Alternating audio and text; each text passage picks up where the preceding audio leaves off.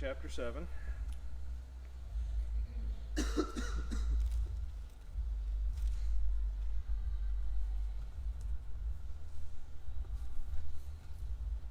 Start up fine. All right, Revelation chapter 7.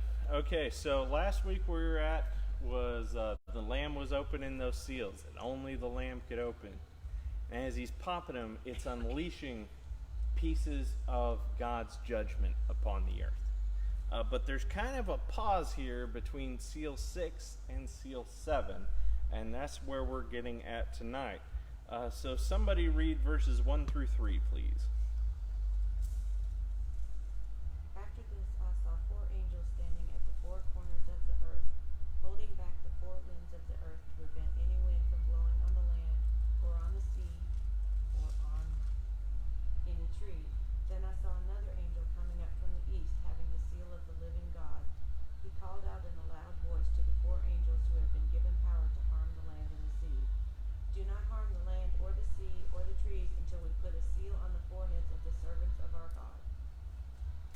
All right, so the reference to 4 corners is an idiom of the day, meaning it's not meant to be taken literally, obviously. I don't know if we have any flat earthers in here. I'm not one because we've seen pictures of this stinking thing. But you ever been up in the airplane, you can see the curve of the earth, you know? Doesn't make any sense to me. All right, but the Bible does teach that the earth is round. There's Isaiah 40:22. You can look that up later, but that's written about 600 BC. The Bible teaches that the earth is round. Gee, imagine that. But even pagans that believed that the earth was flat believed that it was a round disc. So picture like a CD or a Frisbee. That's what they picture it looked like. But they still use this 4 corners expression even though they didn't believe that the earth had corners. Okay? So there was a common belief that angels held back 4 winds for the 4 cardinal directions. I don't know how you can believe that and believe the earth is round. I'm not really sure how that works out, to be honest, how you reconcile those. But it's like, if it's blowing out of the northeast and they, 2 of them had, sucked in their winds and sucked in their wings, and that's what led forth the wind to blow by. I don't know. It's kind of weird to me, but that's kind of what they thought. But there is this massive earthquake, and again, this is the last seal that we talked about, a massive earthquake that shook heavens and the earth. But then everything stands still. Even the wind stops blowing. But this is meant to build suspense before the greater destruction. And this is going to happen several times in these judgment sections of Revelation. It'll say and there's a pause. Because it's supposed to be building anticipation. All right? Another angel arrived to speak to the 4 to hold the destruction, not unleash any further. He arrived with a stamp in his hand to seal the people of God. All right? Some have taken this to mean that Christians will have an invisible mark on their forehead that where only they can recognize one another, but more likely is that the people of God were sealed by the blood of the Lamb. So if you've ever read the Left Behind series, he makes a reference in there to where, if a Christian looks at another Christian, they'll be able to see a cross or one of those fish things that people put in the back of their car, be able to see it glowing out of your forehead. But only the Christians will be able to see it. Does anybody else see that there? Do you see any reference to only Christians will be able to see the sealed? You know, it kind of doesn't make any sense to me. Again, the sealing is meant to call back, and would have called back to, especially his Jewish readers, to the book of Exodus. All right, so in the book of Exodus, you have the people of God, the nation of Israel, are slaves in Egypt. And God raises up this prophet named Moses and sends him along to demand to Pharaoh to Set my people free. Yeah, set my people free, let my people go, Charlton Heston movie, whatever.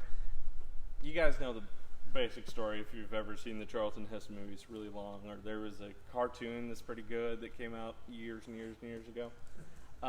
Anyway, so you have these 10 plagues, and each time Pharaoh's like, nope, won't let my people go. Nope, won't let your people go. And at first they cover all of Egypt, but then about plague 6 or 7, I think it is, I forget which one darkness is in the order, that it says like the whole sky goes dark except directly over the city where all the Israelite slaves live, which is called Goshen. And God imagine that, looking out, the sky is black except you can see like spotlight over a different city. And they'd be able to see that from the palace. It'd be kind of weird. And still he refuses. But God's separating the suffering between the Egyptians and between the nation of Israel. But finally it comes to the point where he does this one called the Passover, where he tells them each to slaughter a lamb and to take the blood of the lamb and mark it on their doorposts. And he said, and then he says, when the angel comes through, he's going to kill the firstborn of everybody, every animal, every person, unless, like if you had a bull you really liked and you knew he was the firstborn, you bring him into your house with the blood on the door frame. And the angel, nope, that house is somebody who obeys God, and he'd pass over it and go to the next one. All right, so this is what this is meant to invoke. It's not meant to be some magic symbol that shows up under black light or something like that.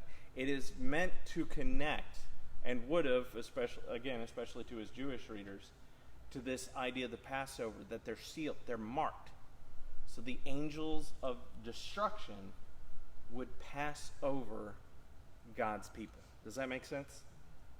Well, in this case, instead of a physical lamb, it's the Lamb of God. And the same thing happens with the judgment in general. We get the blood of the Lamb, Jesus Christ, on our hearts, then we're passed over from the suffering of hell. All right, so it all ties together. Josh, would that 4 winds be something as simple as a southern, northern, eastern, and western wind? Yeah. Okay. Yeah, the 4 cardinal directions. Yeah, north, south, east, west, but that's what it's referring to. Like they're ready to do their part. They're ready to unleash, their destruction. They go, no, not yet. He hasn't released that yet. Let's separate this out here. All right, so somebody read verses 4 through 8, please.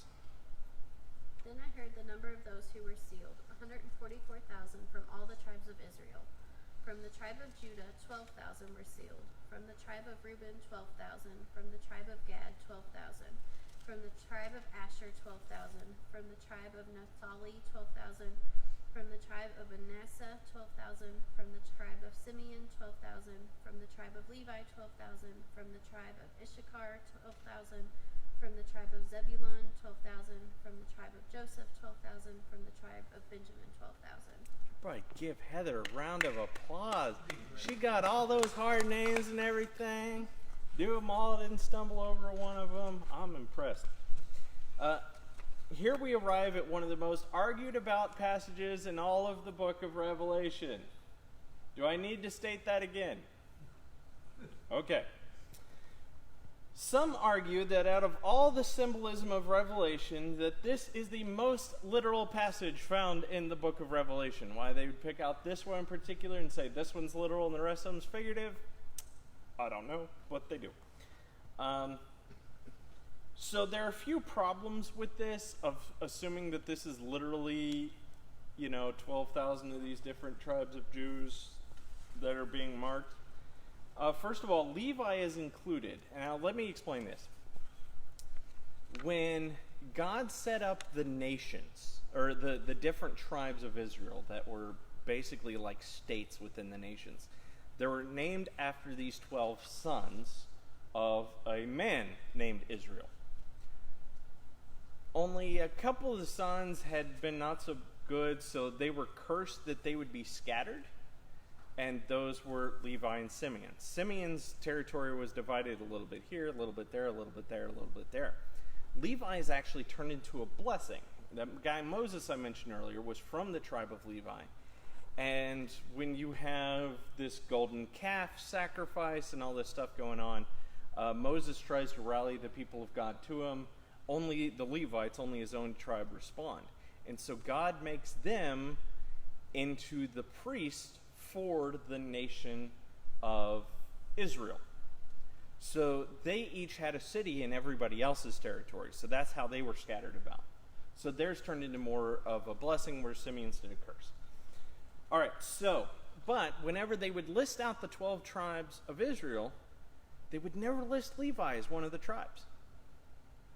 Instead, Jacob, renamed Israel, blessed Joseph's two sons, Manasseh and Ephraim. So they were always listed as two of the 12 tribes, whereas Levi was not, because Levi was dispersed among them.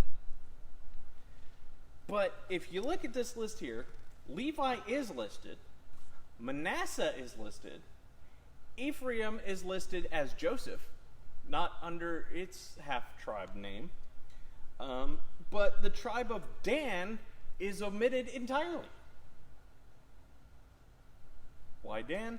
Well, according to one of the commentaries I read, it doesn't state it, so it's just a theory, because we don't know, but what they assumed was when the nation of Israel broke in half after Solomon's reign, with the upper half being known as Israel and the lower half being known as Judah, Dan took over as like the tribe of kings of the northern half, and they were the ones that set up the idols and led the northern half into false worship, which is what led them to be destroyed. So the theory is that when they're listed out here, Dan is like being punished and admitted for leading the northern half into idolatry, but it's a theory.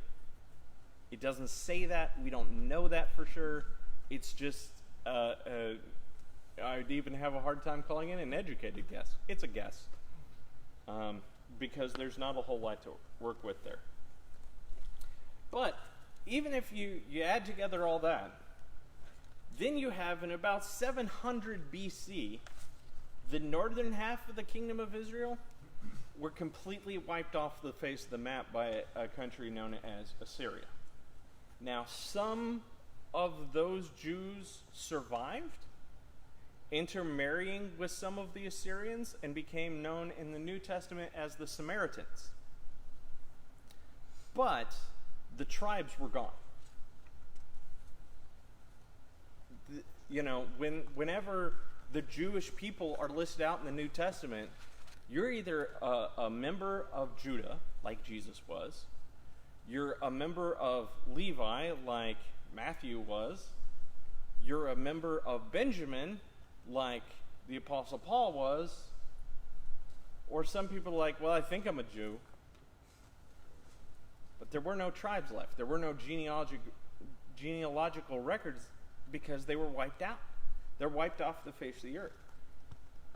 And then in 70 AD, you have a rebellion among the remaining Jews, and Rome comes in and destroys Jerusalem. Hey, you know the Wailing Wall, and where the Muslim Dome of the Rock was built, but the Jews still pray in front of this Wailing Wall? It's because the temple was utterly destroyed. Everything was gone in 70 AD, 20 years before this happened.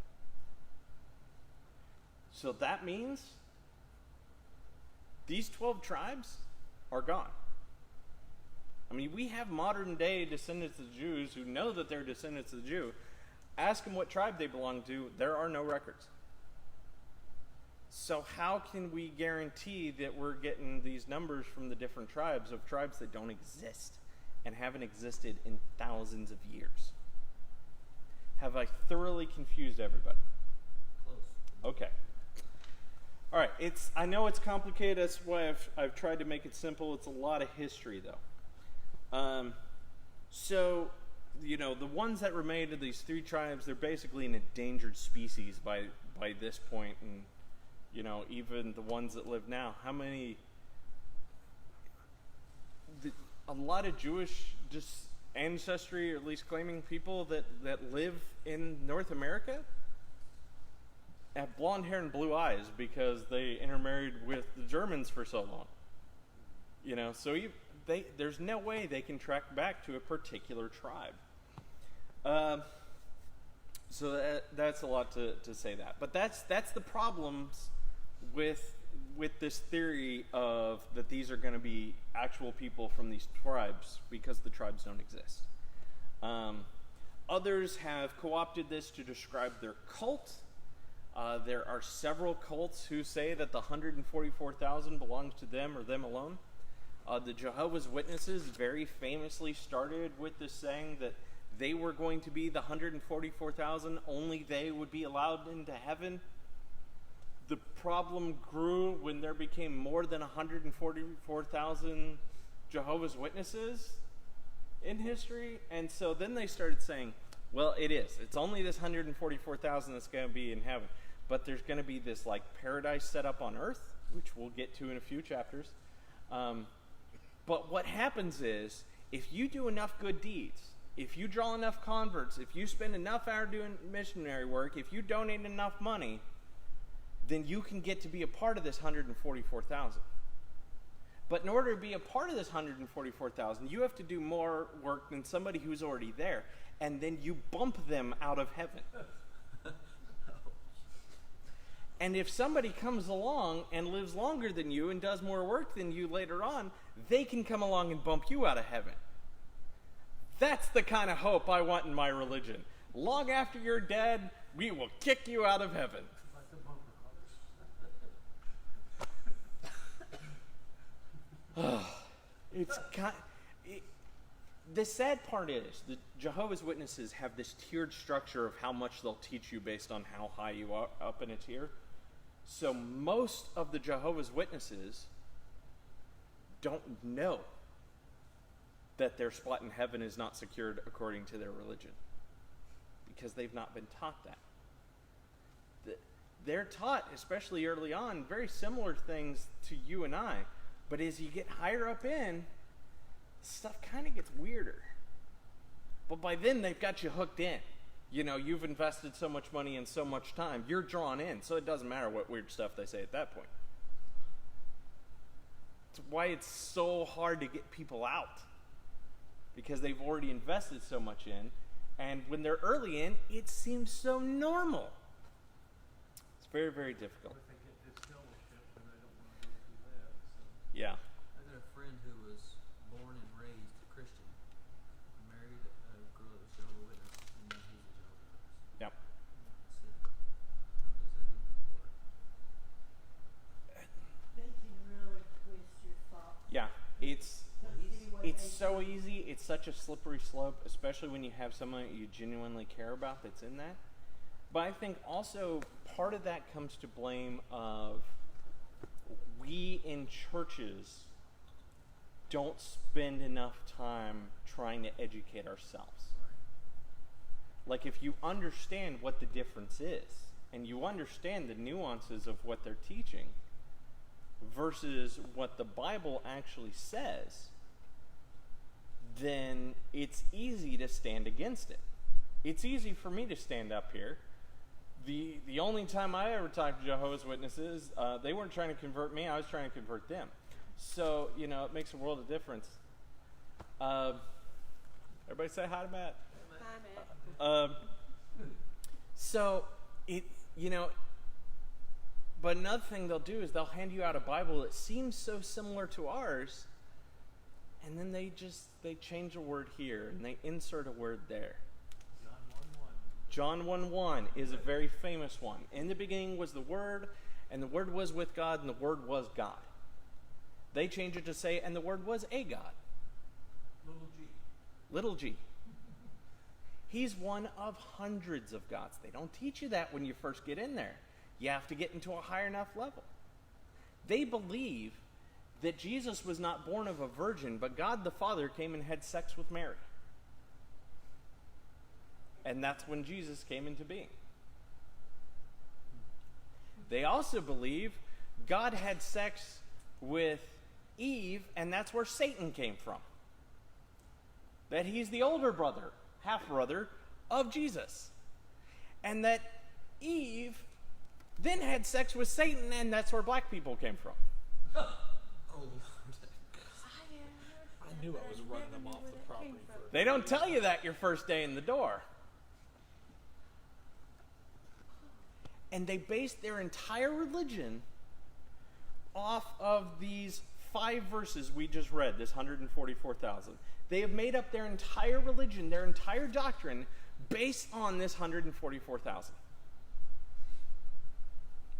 There are others who have done similar. A third category, that they believe that in the time of the end, that the physical nation of Israel will have mass conversions, will divide themselves into these tribes now, and will suddenly become Christians and become the people of God. And because that's going to happen, you should send me money. John Hagee, if you've never heard of him. Every sermon the man preaches is on the physical nation of Israel becoming believers, and that's why you should give him millions of dollars. Because he's going to buy the nation of Israel or something? Yeah, I guess. She said he's going to buy the nation of Israel or something. I think he takes like 10 per... You can't find it. That's funny. You can, he'll take like 10% of the money. He's going to keep 90% for his private jet. But he's going to send 10% to like send Bibles over to Israel that they're not going to read. Guys, here's another problem with this belief of the mass conversion of Israel. The most common religion in the physical nation of Israel today is not Judaism. It is not what John Hagee would have you believe. They are not Jewish people. They may be physical descendants of the Jews, but the most common religion is atheism. People like John Hagee make money off of saying they are still the people of God, but they are people with no God. In the book of Romans, Paul talks about that there is a physical Israel and there is a spiritual Israel. And he says that when physical Israel rejected Jesus, that those who are now covered in the blood of the Lamb became the spiritual Israel. That Abraham's descendants are not those who came from his bloodline, but those who followed his faith in believing in the all-powerful God we know as Yahweh or God the Father. That's what Paul says. He says Israel is no longer Israel. We are Israel. He even describes it as, this is not something we do common in this area, but you do it with certain types of plants, that like with seedless oranges, one of the things you can do is you can cut off a branch and you can like tape it to another tree, and that tree will become an orange tree. Like it will, Grafting is the technical term. And that's what he says. We are the engrafted limbs into the tree of Israel. That those that rejected God, that were disobedient to him, were cut out. And it was opened up to Gentiles who would become genuine believers to follow in his place. Guys, there's a lot to process. And it's not all here. Again, you can look at Romans. If you guys didn't write down my phone number on the first week, or some of you guys weren't here in the first week, see me after. I will give you my phone number. Take some time to process this, and then text me with your questions. I will gladly talk about this because it's a lot here. But the main point is that there are a lot of people who claim to be a lot here in this text that simply does not exist in this particular text. That they've developed entire churches, entire congregations, written books, made tons of money, founded cults based on these verses, and it's not here. So what is he saying here? All right, we need to look at how the original readers would have understood this text. We're on the next page, for those of you following along. The number 12 was a symbol of completeness. Okay, again, it's all about these numbers. That's what apocryphal literature is all about. We don't have a one-to-one correspondence for the apocryphal genre into a genre in North American culture that we use. It just doesn't exist. But it's meant to be more metaphorical and more symbolic. So the 12 represents completeness. The 1,000 represents a really big number. It's all that. You guys got that one? Okay. So what he's saying is there will be completeness times a really big number. So symbolically, what all that means is God is saying to these churches and to us, but and in following, that no one will be forgotten. It doesn't matter who you are. It doesn't matter what your circumstances are. It doesn't matter if you're being persecuted like these 7 churches. It doesn't matter if your life has been pretty comfortable. Like a couple of these churches were actually pretty comfortable. It doesn't matter. It doesn't matter what your life was like before you were a Christian. It doesn't matter where you came from. What matters is, were you sealed? Did you get the blood of the Lamb? Did you decide to become a believer? And if so, he ain't going to forget you. So, begs the question to you, why would God remind these churches that no one will ever be forgotten? Why is it so important to him that he would put this in and give us this huge controversial section? People have tried to reinterpret for thousands of years. Why did he put this in? What was he trying to say to them? Yeah. Because they're being persecuted. It's easy on the worst day of your life to think, God's forgotten me. I'll be honest, guys. My faith got shook a few years ago, and I've not recovered to the strongest of faith that I've ever been, but I'm doing a lot better. I had a lot of conversations with several of our staff trying to get some spiritual counseling, because it seemed like that I did a lot of things to try and follow God, and then my life went off the edge of the cliff. And it's like, how come I'm being punished for doing the right thing? Whereas Joe Schmo's an alcoholic and making $100,000 a year, and I was down to $60 and no income at one point. How is that fair? Why has God forgotten me? Why is nothing going? Why is even the ministry things I was doing at the time seemed to be just coasting along and not seeming like I was making much of an impact, if that makes sense.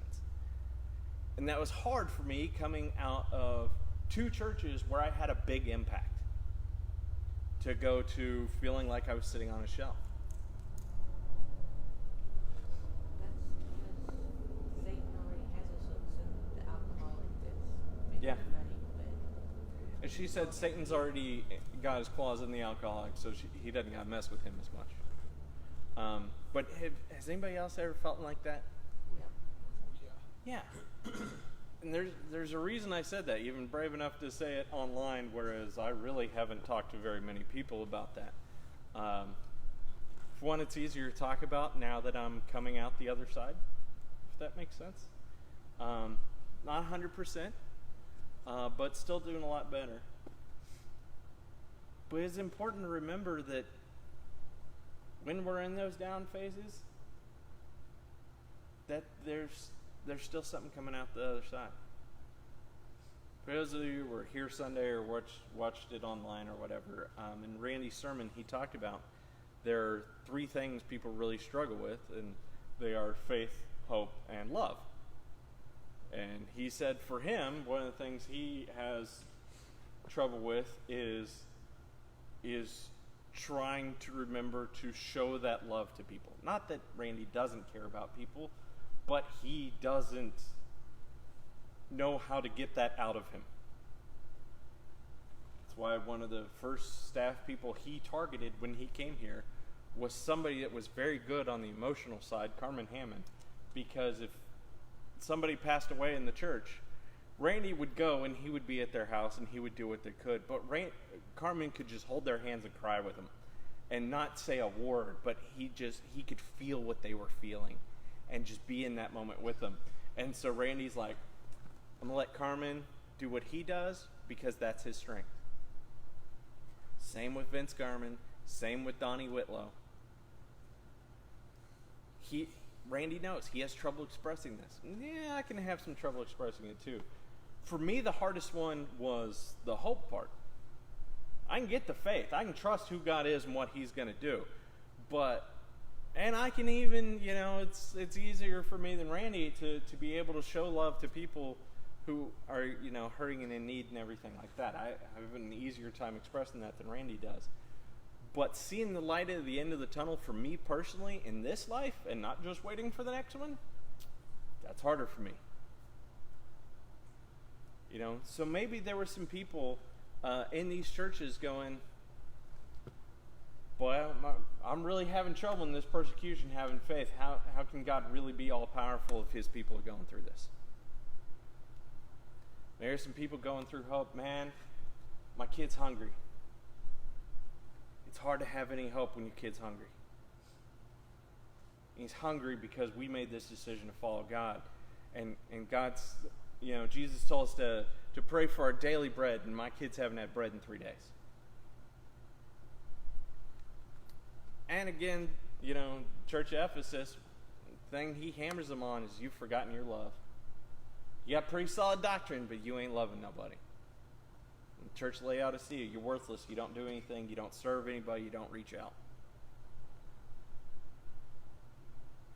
We all find ourselves on that spectrum. Randy's sermons have been tying very well into this study.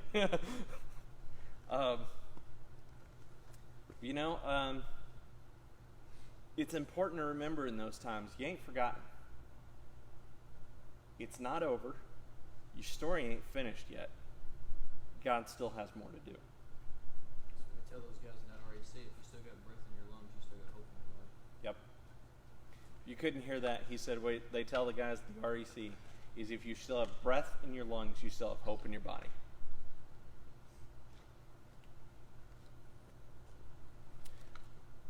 All right. Somebody read verses 9 through 12, and I'll quit preaching.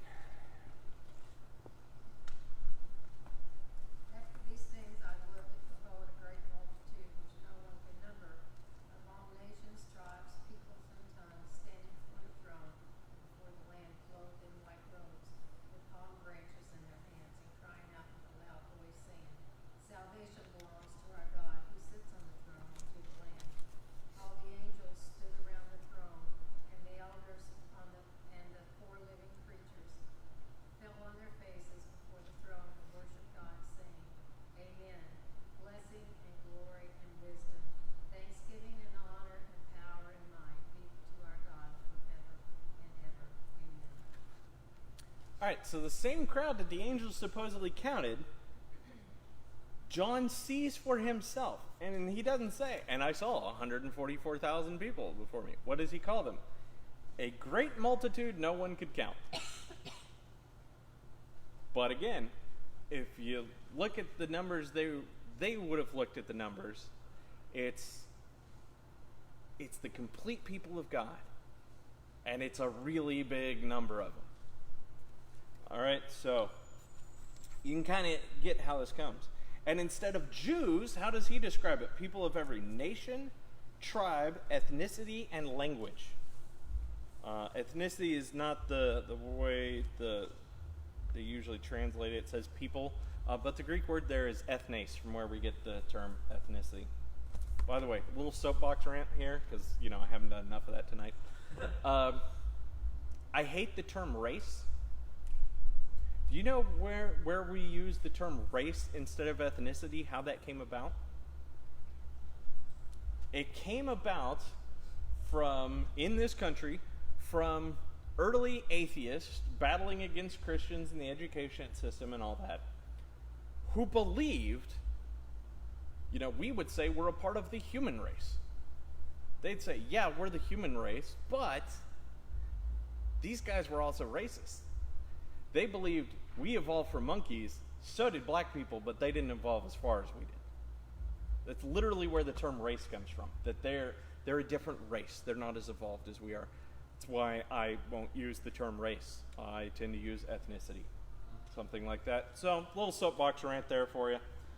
But again, he says, people of every nation, tribe, ethnicity, and language, all of God's people wore white robes. We saw earlier with last week, white robes being distributed to the martyrs.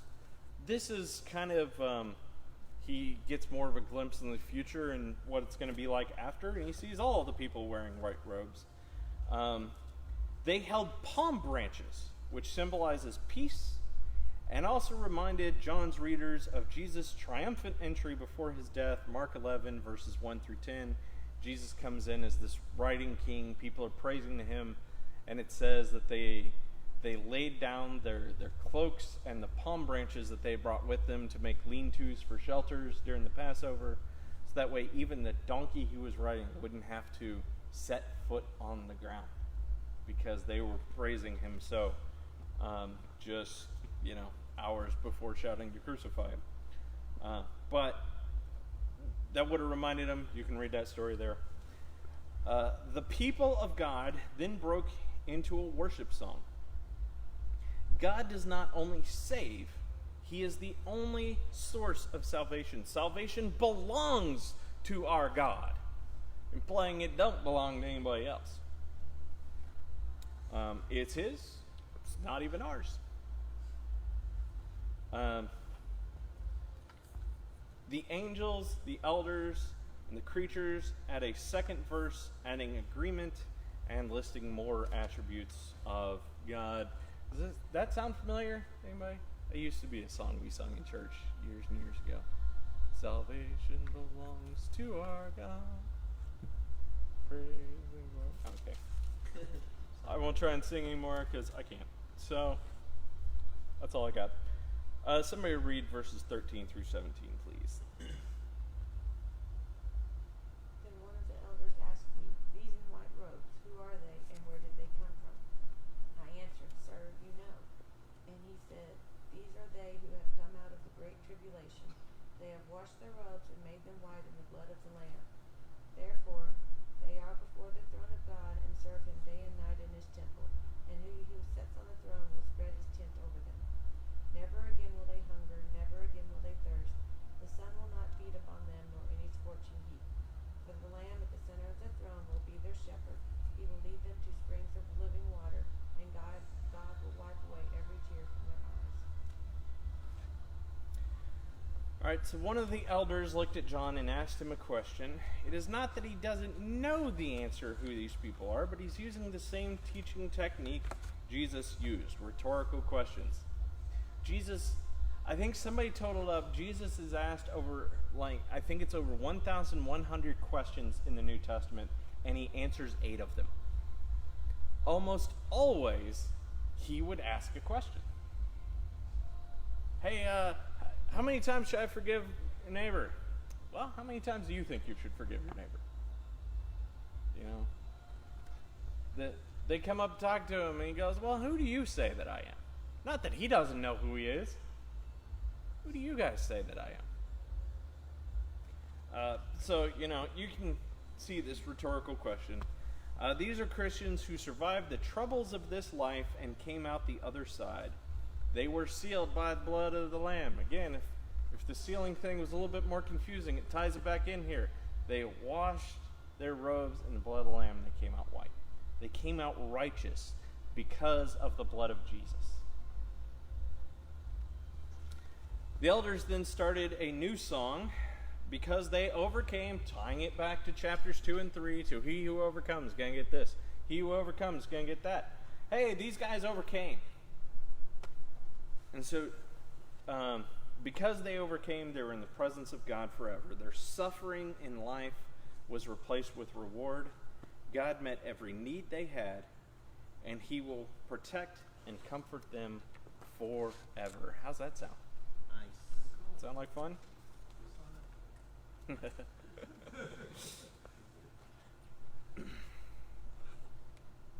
how does it make you feel that God has sealed you as one of His? Peace. Peace? Protected.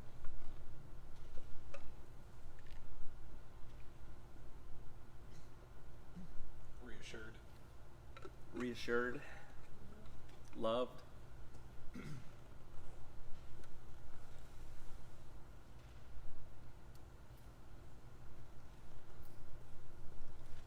That should say how has God protected you in the past? I proofread these, I swear I do. Kept you alive and out of jail. Yeah, I could go on for days.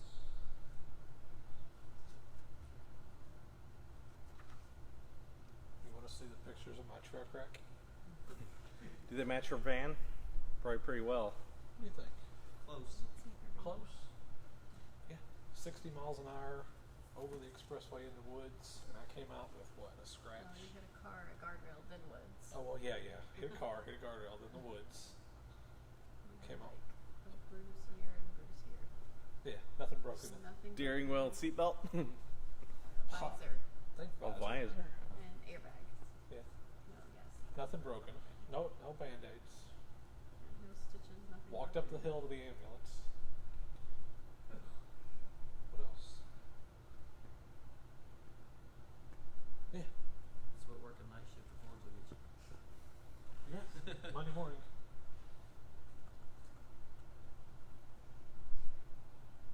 I had one where I had a refurbished tire that the treading ripped apart when I was going down 64 here near Evansville. On a way to a friend's wedding, whom I never made it to his wedding. And yeah. It was a driver's side, and I front wheel drive, and it's a front wheel tire. It starts shredding apart, and there's a tanker truck right here. And I feel my car do this, as it should do, because now this tire's going faster than this tire. So it starts going toward that tanker and then just stabilized. And there's all of a sudden, like, gently pushes out into the median. I kind of do some donuts, hitting nothing. End up having to put on a spare and drive back from near Evansville. On my donut, it said you're only supposed to go 45 miles an hour, so I ended up driving Highway 64 back after being almost 2 hours down the interstate, and then having to go like 45 minutes to pick up the highway. It's a long drive. But the guy that stopped behind me was a member at a church in Lexington, Kentucky, a Christian church in Lexington, Kentucky. I'll never forget that. And he said, I could just feel that there was something wrong with your car, and I started praying for you. So an angel basically just shoved my car off the road to keep me from smacking into the back of a fuel tanker. It doesn't make any logical sense. It should have gone this way, not this way, based on which tire came apart. Except, that guy started praying for me. And so God just went, boop, and moved my car out of the way. We were on our way to church one Sunday morning on the motorcycle. And in the saddlebag on the left-hand side, I had a Corelle dish with a baked ham in it because we were going to have dinner after church. A lady pulled out of her driveway and hit us broadside on the motorcycle. I flew over her car and hit in the road on my head, but I had a helmet on. And I remember saying, that was my head. It tore the bike completely up. The headlight was in, My air cleaner was in her headlight, and I watched her bumper come into my leg. I thought I was gonna have a broken leg. I just wound up with bruises. and the meat in the dish wasn't even broken. We got in the car after she got out of the hospital and took the ham up to church and said, we're not gonna make it. We had some issues. But we took a ham to him.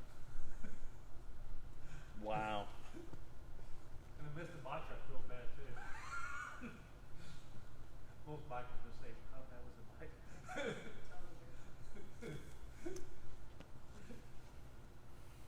I'm now going in a third car that I've been hit by, so my fault was a little bit. I'll tell you another thing for me. I have a personality type that lends toward addiction. Didn't know if you knew that. Different personality profiles more easily addicted than others. Mine's the one that tends to do it more often. And I also, my dad's side of the family, I have a history of depression that I found out about when it came smacking down on me like a hammer. I can't imagine that I would be alive had I not been raised in the household that I was, with two parents who loved me and were faithful witnesses of Christianity. You know, neither one of my parents drink at all, which was kind of funny for my dad, because I don't know if you knew this, like the different stuff they give you in the hospital, if you don't drink, some of that will affect you a lot more. My dad would be high as a kite coming out from under anesthesia and stuff like that. Just really goofy.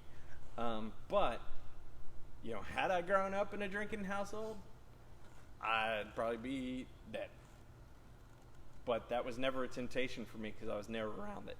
So when I was old enough to be around it, I was like, this smells terrible. Why would anybody drink beer? I don't understand this. So just putting me in the right household protected me from a lot of bad decisions I would have made in the wrong household. Guys, we're also, I know we're supposed to be all patriotic because it was just 9/11, but seriously, do you know how protected we are to live in this country? People say, oh, well, we're the only countries that have mass shootings. Yeah, because in any other country, they call it a terrorist incident, not a mass shooting.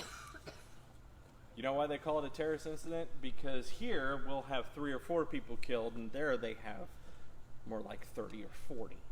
So they call it terrorism instead of a mass shooting. That's why we're supposedly the only country that has mass shootings. I mean, the Charlie Hebdo thing in France that happened years ago, 2 police officers showed up, but the police aren't allowed to carry guns. So they got back in their bicycles, yes, I said bicycles, and pedaled away when the shooting was happening because there was nothing they could do about it. SWAT team eventually showed up later, and they're allowed to have guns, but regular cops, nope, they left.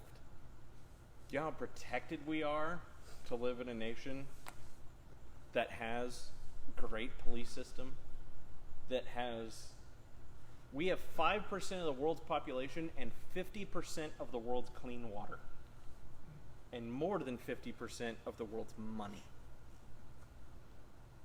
The poorest people in this nation have access to things that people in other nations could not dream of. Like a couple years ago when we sent, what was it, like 1,800 pairs of shoes overseas?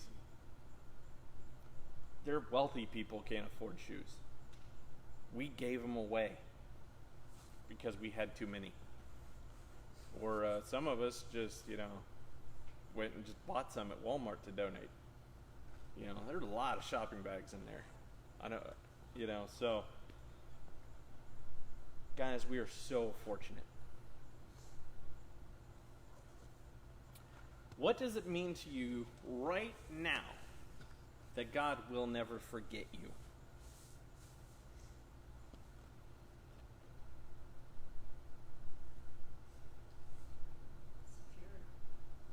Secure. Yeah, make sure you don't forget him. That's. I know I'm okay, but now that I know I'm okay, I worry about other people. That's good. It's a good answer. He said, now that he knows he's okay, he worries about other people and getting them okay.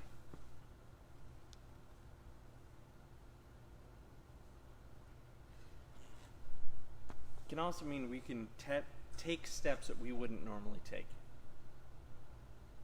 Left to my own devices, there's no way I would participate in something like Fall Down the Fairgrounds. Because I'm actually naturally pretty shy. I'm actually more comfortable teaching than I am like on Sunday mornings when they say, hey, greet the people around you. That's more stressful to me than teaching up here for an hour and a half every Wednesday night. This I'm comfortable. I wrote the notes, so you know. I know where I'm going. But again, grew up in a household with a preacher who took me along to all this stuff. You know, I wasn't one of these guys who graduated from Bible college and thought, oh, I need to go have prayer with somebody in the hospital. I don't know how to do that. I've never done that before. My dad used to take me with him to people in our church, and Dad had a huge chunk of the book of Psalms memorized, so he'd always quote some psalm as a piece of comfort, and then would have me pray. Guys, when I was 5 years old, Dad used to have me doing the closing prayer at church so he could go to the back door and shake everybody's hands as they were going out. 5 years old. Public speaking has never been something I've been afraid of. But maybe it is for you. You know, maybe something like fall down on the fairgrounds is for you. You know, maybe you're like me and you're the Shire. If we know that God will never forget us, that he never leaves us, then when he calls us to take steps of faith, we go, okay, I'll go, but only if you come with me. And he goes, I got you.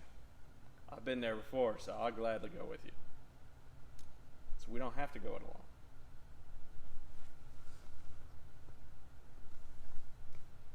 All right, and then last question, what difficult circumstance in your life that you need God's, there's no verb in there. What is a difficult circumstance in your life that you need God's comfort and protection for? And you can go ahead and switch off.